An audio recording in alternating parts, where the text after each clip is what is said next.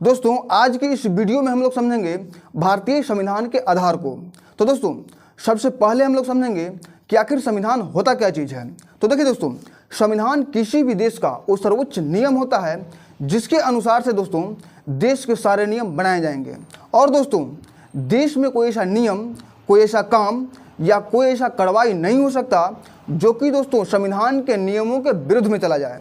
मतलब कि दोस्तों अगर इसको हम आसान भाषा में समझें तो संविधान वो एक परिपाटी होती है, वो एक चिन्ह होती है जिसके हिसाब से दोस्तों देश के सभी संस्थाओं को, सभी व्यक्तियों को चलना होता है।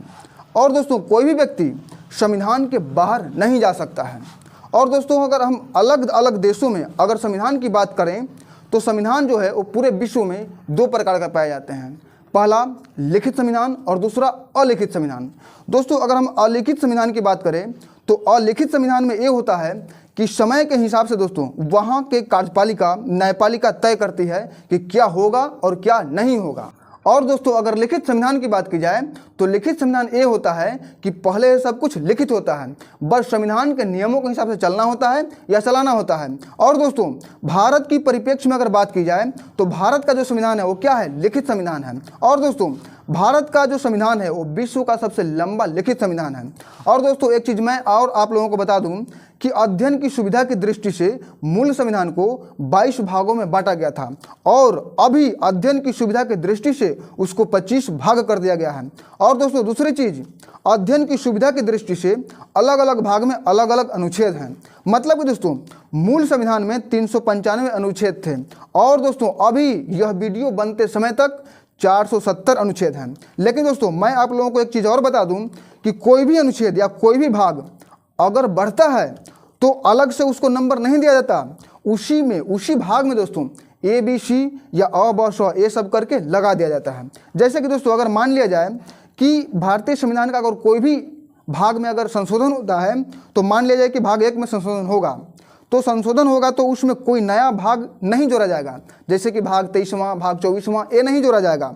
उसी भाग में दोस्तों भाग 1 का अ या भाग 1 का ए कह देंगे। दोस्तों अभी आप लोगों को बताए हैं कि अध्ययन की सुविधा की दृष्टि से भारतीय संविधान को 22 भागों में बांटा गया था, वो भी दोस्तों मूल संविधान को, जिसे संशोधित करके अभी उसको 25 भाग कर दिया गया है। और दोस्तों उसी तरीके से अध्ययन की सुविधा की दृष्टि से भारतीय संविधान के भागों को फिर से अनुच्छेद में बांटा गया था और मूल संविधान में अनुच्छेद की संख्या कितनी थी, 395 थी। और दोस्तों ये वीडियो बनते समय तक उन अनुच्छेदों को संशोधित करके 470 कर दिया गया है। और दोस्तों हमारे मूल संविधान में 8 अनुसूचियां थीं जिसे अभी संशोधित करके 12 कर दिया गया है। दोस्तों आने वाले वीडियो में हम पूरे भागों को अलग से जानेंगे और संविधान का वो जो 25 भाग है उसको हम लोग अलग जानेंगे, मतलब उसको अलग समझेंगे। और दोस्तों प्रमुख अनुच्छेदों को अलग समझेंगे और दोस्तों अनुसूचियाँ का जो भी अनुसूचियाँ हैं उसका भी दोस्तों हम लोग अलग चर्चा करेंगे। दोस्तों अगर संशोधन की बात करें तो सबसे पहला अनुसूची में संशोधन 1951 ईस्वी में हुआ था। और दोस्तों उसमें क्या हुआ था, उसमें भूमि चकबंदी लागू किया गया था। और दोस्तों भारतीय संविधान के 52वां संविधान संशोधन 1985 ईस्वी में किया गया था और इसके द्वारा दोस्तों दल बदल कानून लाया गया था। दोस्तों दल बदल कानून का मतलब ये होता है कि अगर किसी भी दल का कोई भी नेता, विधायक हो या सांसद हो, अगर वो अपना दल बदलता है तो अयोग्य करार दे दिया जाएगा। लेकिन उसमें भी दोस्तों एक शर्त है। शर्त है कि अगर 1/3 सदस्य के साथ अगर दल को छोड़ता है और किसी दूसरे दल में विलय होता है तो वह अयोग्य नहीं माना जाएगा। दोस्तों इसी नियमों की वजह से अभी जो महाराष्ट्र में उद्धव गुट जो थे, जो शिवसेना के जो उद्धव जो अलग हुए थे, जो एकनाथ शिंदे ग्रुप के जो विधायक अलग हुए थे और वो बीजेपी से सरकार बनाई, मतलब कि अपनी पार्टी बनाई, तो इसीलिए वो सब क्या है, वो सब दल बदल में नहीं आएंगे क्योंकि दोस्तों वो 1/3 से ज़्यादा सदस्य थे। उसी तरीके से महाराष्ट्र के शरद पवार की राष्ट्रवादी कांग्रेस पार्टी से अजीत पवार अच्छे खासे विधायक लेकर बाहर निकले और वो भी दोस्तों विधायकों की संख्या 1/3 से अधिक थी, इसीलिए वो विधायक भी अयोग्य नहीं हुए।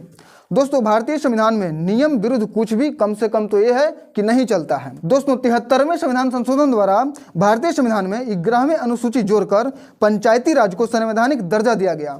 दोस्तों 1992 में जैसे ही पंचायती राज को संवैधानिक दर्जा मिला उसके बाद से अब तक पंचायती राज संवैधानिक निकाय है। ठीक वैसे ही संवैधानिक निकाय है जैसे कि लोकसभा और विधानसभा है। 1992 के पहले तक दोस्तों पंचायती राज तो देश में था, लेकिन वो एक इनफॉर्मल संस्था थी। मतलब दोस्तों उसका कोई वैल्यू नहीं था, कोई संवैधानिक दर्जा नहीं था। और दोस्तों गांधी जी का सपना भी था भारत में पंचायती राज को लेकर, और संविधान के नीति निर्देशक तत्वों में भी पंचायती राज का उल्लेख किया गया था।